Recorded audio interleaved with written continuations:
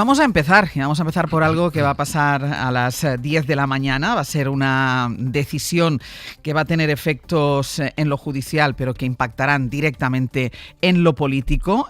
Lo primero que hay que explicar es lo judicial. Hoy vamos a saber si el Tribunal Supremo sigue el camino que marcó la Fiscalía y endurece las medidas cautelares a José Luis Ábalos y a Koldo García. Miguel Ángel Campos, buenos días. Hola, buenos días, Sánchez, de nuevo. Porque eso significa que se abre la posibilidad de que el juez los mande a la cárcel, a prisión preventiva, y eso sería ante el riesgo de fuga porque tienen peticiones, los dos, sobre todo Ábalos, peticiones de cárcel por parte de la Fiscalía bastante altas. Muy altas, sí. A las 10 de la mañana, como decías, está citado Ábalos y a las 12:30 quien fuera su asesor Koldo García. Los dos a petición del fiscal anticorrupción para revisar las medidas cautelares que ya tenían impuestas ante la cercanía del juicio oral por la pieza de las mascarillas y las elevadas penas de hasta 30 años de prisión y multas millonarias para el exministro. Las acusaciones lideradas por el PP piden su ingreso en la cárcel. El fiscal puede pedir prisión o eludible con una fianza que asegure las responsabilidades civiles futuras. También mayor frecuencia en sus comparecencias ante el juzgado.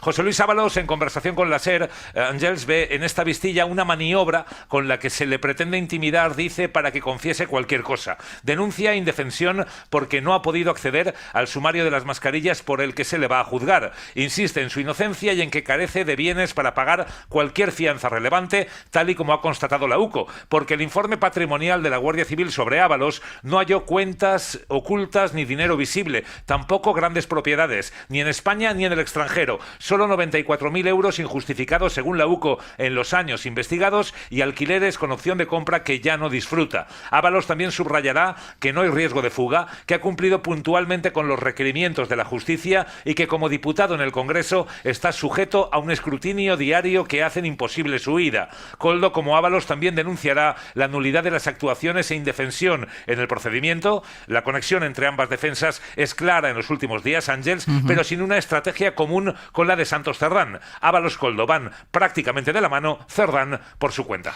Pues vamos a hacer una cosa, Campos, quedamos pendientes de la llegada de Ábalos, esa comparecencia es a las 10 de la mañana, quedamos pendientes de la llegada de Ábalos al Supremo y luego vuelvo contigo. Para allá voy. Venga, hasta pues ahora. Nos escuchamos en un ratito. Bueno, ante la posibilidad de que Ábalos ingrese en prisión, que es algo que teme quien fue ministro y número 3 del Partido Socialista, Ábalos ha llevado a cabo un giro en su estrategia que preocupa al gobierno, aunque de puertas afuera dicen que no les va a afectar. Pero lo cierto es que en las últimas horas hemos visto cómo José Luis Ábalos hace afirmaciones, así como una especie de aviso al Ejecutivo, una especie de aviso al Partido Socialista, y entre ellas algo que tuiteó ayer, y es que Sánchez se reunió con Otegi para pactar la moción de censura a Rajoy, o que Yolanda Díaz utiliza la vivienda del Ministerio de forma irregular. Ana Fernández Vila, buenos días. ¿Qué tal, Ángel? Buenos días. De cara afuera, en público, desde el PSOE restan importancia a las palabras de Ábalos, a estos tuits, a estas acusaciones. Dicen que está nervioso ante la posibilidad, ante el panorama que se le presenta si ingresa en la cárcel a partir de hoy, pero más allá de lo que pueda suponer este giro de guión, lo que es cierto es que en el gobierno sí hay preocupación por la posible entrada en la cárcel de Ábalos, no tanto por lo que dice, sino porque si finalmente es encarcelado, además el Ejecutivo perdería un voto en el Congreso. Sí, hay mucha inquietud y desconcierto en el Gobierno y en el PSOE por este cambio de estrategia de Ábalos y, como dice Sánchez, también por lo que pueda pasar hoy, ¿no?, respecto a ese voto que todavía conserva Ábalos. En cuanto al movimiento de ayer, los socialistas aseguran que no tienen nada que temer porque no tienen nada que esconder. Lo decía ayer la vicepresidenta Montero, aunque ella misma no ocultaba su extrañeza. Me extrañaría de él ahora estuviera instalado en la mentira y en intentar algún comportamiento que habitualmente no lo hemos visto en la persona del señor Ábalos, pero me extraña que diga esto y me extraña que a partir de ahora vaya a tener un comportamiento de ese tipo.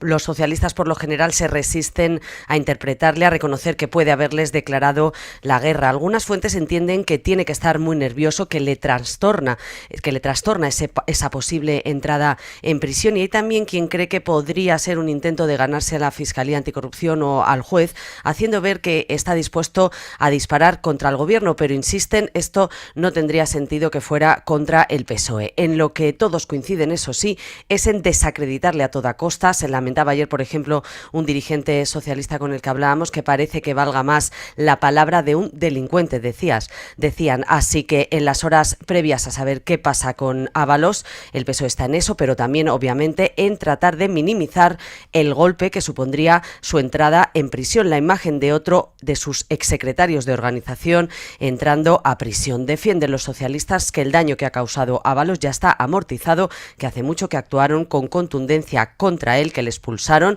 pero no pueden ocultar su inquietud, sobre todo por la posibilidad de que no renuncie antes a su escaño y pierdan un voto que en muchas ocasiones les ha servido para sacar proyectos clave en el Congreso. Ana, gracias. A vosotros. Las acusaciones que lanzaba ayer José Luis Ábalos tenían que ver con una información que publicó El Español, que decía que el presidente del gobierno, Pedro Sánchez, había participado en una reunión junto con Otegi en un caserío en el País Vasco justo cuando se estaban negociando los votos para la moción de censura que acabó invistiendo a Pedro Sánchez. El propio Pedro Sánchez lo ha negado, Arnaldo Otegi lo ha negado. En una conversación telefónica con la SER, Ábalos lo negó, pero ayer publicó ese tuit diciendo que fuentes presenciales a él se lo confirman. Y la otra acusación es la que lanza contra la vicepresidenta del gobierno, Yolanda Díaz, que ayer en algunas entrevistas le llamó golfo directamente, y él dice que ella está utilizando de manera irregular la vivienda que tiene a su disposición, la vivienda del ministerio. No deja de ser, Subirats, una estrategia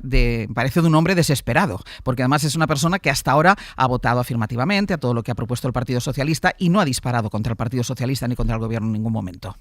Sí, es esa que a veces se llama fuego amigo, ¿no? Es decir, hay un momento en el que todo parece indicar, porque hasta ahora no lo había hecho, que lo que está haciendo es, no sé, con fundamento o sin fundamento, es aviso para navegantes, ¿no? Yo puedo empezar a decir cosas, ¿no? Porque si no, ¿de qué ayer se lanza con estos dos sí, además, tweets, cuando horas antes, insisto, lo había negado, ¿eh? Exacto. Y entonces no acabo de... O sea, entiendo que forma parte pues del nerviosismo, de la duda sobre si tiene que dejar o no el acta de diputado, porque si va a la cárcel perderá el acta de diputado y perderá además el sueldo, y en cambio, por lo que he leído, parece que si renuncia antes podría tener acceso a una indemnización como diputado, ¿no? Y entonces hay una serie de elementos, supongo, muy vinculados a la condición personal del personaje, valga la redundancia,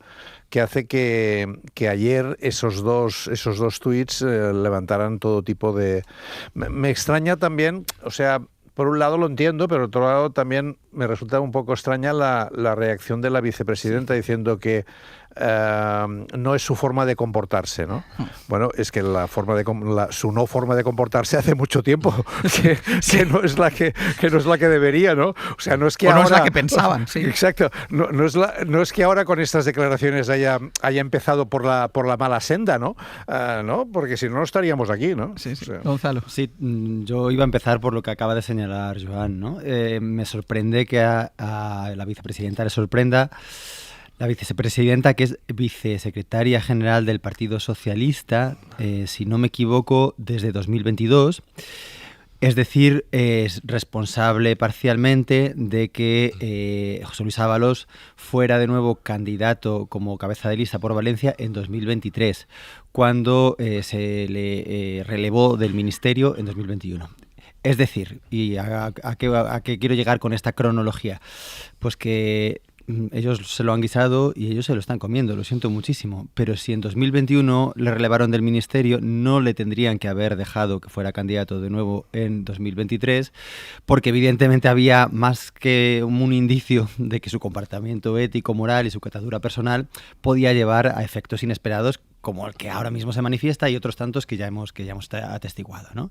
De tal manera que yo creo que esto da cuenta de una cosa, y es que el periodo de ese... Podemos valorar de una manera distinta la acción de Pedro Sánchez como presidente del gobierno, que puede ser positiva, muy positiva, notable, sobresaliente, o bien, pero desde luego como secretario general ha sido un verdadero desastre, y su vicesecretaria general tiene responsabilidad de ello. Claro, o bien estaban engañados o bien se lo dejaron todo a Koldo, a Cerdán, que era en ese momento el secretario de organización, que fue el que decidió ponerle de nuevo como candidato y de ocupar el acta. Yo, si fuera el secretario general del Partido Socialista, habría empezado por una reforma interna del modo que se organiza el partido y habría quizás abogado por una división de Secretaría General y cargos públicos para que no haya candidatos a la presidencia de Andalucía, presidentes del gobierno que ocupen los principales cargos de vigilancia interna del partido. Aroca. Bueno, la vida de este señor es como la vida de los santos, ¿no? Ya es conocida y está en estampitas. Yo creo que no se trata tanto de eso, que lo tendrán que dilucidar en su momento los jueces cuando termine la instrucción y empiece el juicio oral, sino la situación actual en los términos que se plantea. Yo me imagino, no me quiero ver en el papel de él y creo que ninguna de nosotras querría vivir bajo la amenaza de entrar en prisión. Yo creo que eso hace que todo el mundo se transforme. Por tanto, no hay que extrañarse de que este hombre esté ciertamente descompuesto. Pero a mí hay varias cosas que me preocupan, ¿no? Si es que son ciertas. Los juristas más temerosos de Dios sostienen que la prisión provisional nunca puede ser una pena en sí intimidatoria. Es simplemente, como dice la propia ley, una medida cautelar que trata de evitar otros males. Por ejemplo, en este caso parece que el riesgo de fuga, pero como ha dicho antes Miguel Ángel Campo, ni del informe patrimonial se deducen conclusiones, digamos, robustas con respecto al patrimonio de este señor, que además parece, tengo entendido, que está declarado en bancarrota. Bueno, si el fiscal y su señoría estiman que hay un riesgo de fuga, pues es normal que apliquen esta medida, porque para eso está previsto, pero no tiene otra función, porque sí, que está nervioso y que manda un aviso al gobierno o al PSOE, mejor dicho. Bueno, ¿y qué aviso manda? Las dos cosas que dice son dos pellizquitos de monja. Eso no tiene ninguna importancia, porque incluso cuando de lo que se le acusa en este caso parece que al Partido Socialista es que Pedro Sánchez no era ni presidente del gobierno. O sea que, bueno, ¿de qué se le acusa? De que líderes de partidos políticos se reúnen, claro, todos los días, algunos a las claras y otros escondidos. Y aquí tendríamos una amplia lista de reuniones clandestinas que afectan a todos los partidos políticos que se sientan en el hemiciclo. De todas formas, yo creo que el PSOE es quien mejor sabe qué puede saber el señor Ábalos que le perjudique. Pero desde luego nada de lo que está ocurriendo ahora apunta a que sean cosas gordas. He dicho antes pellizco de monja, no sé lo que va a pasar. De todas formas, una última cosa. La justicia no puede encapsularse. En esto no es una crítica a este caso concreto, sino en general. La justicia tiene que vivir cerca de lo que pasa en la política. Y yo creo que el juez y el fiscal no deben de ser ajenos del conflicto político que se plantea si un diputado pierde su condición de diputado y, por tanto, el Parlamento de España se queda con un voto menos. Eso deberían de valorarlo. Yo no sé cómo se valora, no digo con esto que se vaya a infringir la ley, no, digo que entre todos, los que están en política... en lugar de la justicia, ¿no tendría que ser la política quien hubiera resuelto este problema? Bueno, en la política no, el Poder Legislativo, pero en la medida que no lo ha resuelto, pues, y no sé si lo puede resolver, parece que podría resolverlo incluso cuando se dé caso, pero claro, no, que no es normal que en una legislatura, bien en este caso, el caso del señor Ábalos, bien en otros casos, en el caso del señor Rodríguez, el Parlamento se quede con un escaño menos por una decisión judicial que seguro es justa o puede ser justa, en el caso del señor Rodríguez creo que fue injusta, pero que no puede ser que el Parlamento se quede cojo, y perdonadme la expresión que es un poco ortopédica, pero es la que se me ocurre. Joan, ¿ibas a decir algo? No, iba a decir que ahora parece que hay un debate también en el Congreso sobre si la posible, digamos, la no ocupación de ese escaño de Ábalos debería hacer cambiar el sistema de regla de mayoría, porque claro, tiene, como decía ahora Aroca, esto tiene efectos, es decir, las decisiones del poder ejecutivo, del poder judicial tienen efectos sobre el poder legislativo, y ahí el poder legislativo no tiene margen de maniobra, debería, digamos, poder tener algún margen de maniobra. Esto forma parte, digamos, de un debate mucho más de fondo, ¿no? Que digamos que el sistema democrático tal como lo tenemos montado con la división de poderes genere este tipo de problemas. El único país donde no tienen este sistema es el británico, digamos, ¿no? Pero el sistema tiene estos efectos. Yo recuerdo muy bien que a mí me costaba explicar en clase cómo es que una reforma del Estatuto de Cataluña, aprobada por el Parlamento de Cataluña, aprobada por el Congreso de los Diputados y votada en referéndum por los catalanes, luego fue tumbada por el Tribunal Constitucional. Cuesta explicarlo desde el punto de vista de la soberanía, ¿no? Es decir, esta estructura de división de poderes tiene algunas ventajas y también algunos defectos, ¿no? Sí, igual que cuesta explicar que votemos listas cerradas, pero que las actas sean después personales, Claro. porque Exacto. esto se remeda solamente con pactos antitransfugismo, pero genera distorsiones que estamos padeciendo pues ahora mismo aquí, pero en cuántos casos esto pasa, por ejemplo, en municipios, ¿no? Donde los consistorios se ven alterados porque un concejal decide cambiar de bando en el último momento. Dicho esto, yo quería apuntar también una cosa auxiliar, o sea, secundaria en esta noticia. Y es que, vamos a ver, en 2018 Arnaldo Otegi seguía formalmente condenado por el caso Baretagune, es decir, pertenencia a banda armada, ya había cumplido pena de prisión. Era coordinador general de Bildu, no secretario general, como es desde el 25, pero tenía un cargo y su condena estaba en revisión por el Tribunal Europeo de los Derechos Humanos porque que dictaminó que se lo juzgó de una manera parcial, ¿no? Seguramente la rehabilitación cívica y política de Bildu y de la figura de Arnaldo Otegi no había evolucionado como hasta este momento. Estamos hablando de 2018.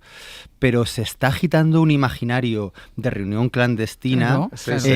Totalmente. que no creo que sea pertinente. Esa reunión no tiene por qué ser tan oscura, tan condenable y tan avergonzable, ¿no? De tal manera que también destaquemos esto. O sea, que el recurso que se ha sacado a los de la manga también ataca o remueve unos imaginarios que son muy propios de la derecha de este país. No, es que al hilo de lo que decía Subirá sobre el Tribunal Constitucional, que sería para un programa monográfico, sí, yo resaltar cómo, por ejemplo, la sentencia en el caso de los ERES, el Tribunal Constitucional dejó sentado, y bien sentado en mi opinión, que la centralidad en cualquier sistema democrático reside en el Poder Legislativo. Es decir, es donde reside la voluntad popular, que además es donde el pueblo además lo puede cambiar cada tiempo, según esté en cada legislación aquí o en cualquier otro país democrático. Por tanto, insisto, la justicia no puede vivir al margen del sistema, y si la justicia observa que una decisión suya puede afectar ni más ni menos que al Poder Legislativo, debería de haber mecanismos normales, admitidos, relajados, suaves, que hagan también que los jueces estén cómodos. Los jueces también tienen que estar cómodos a la hora de tomar sus decisiones, pues que esto no pueda ocurrir, porque insisto, el que se ampute, aunque sea un único escaño al Parlamento por una decisión judicial, altera de una manera, en mi opinión, importante lo que es el juego de los tres poderes.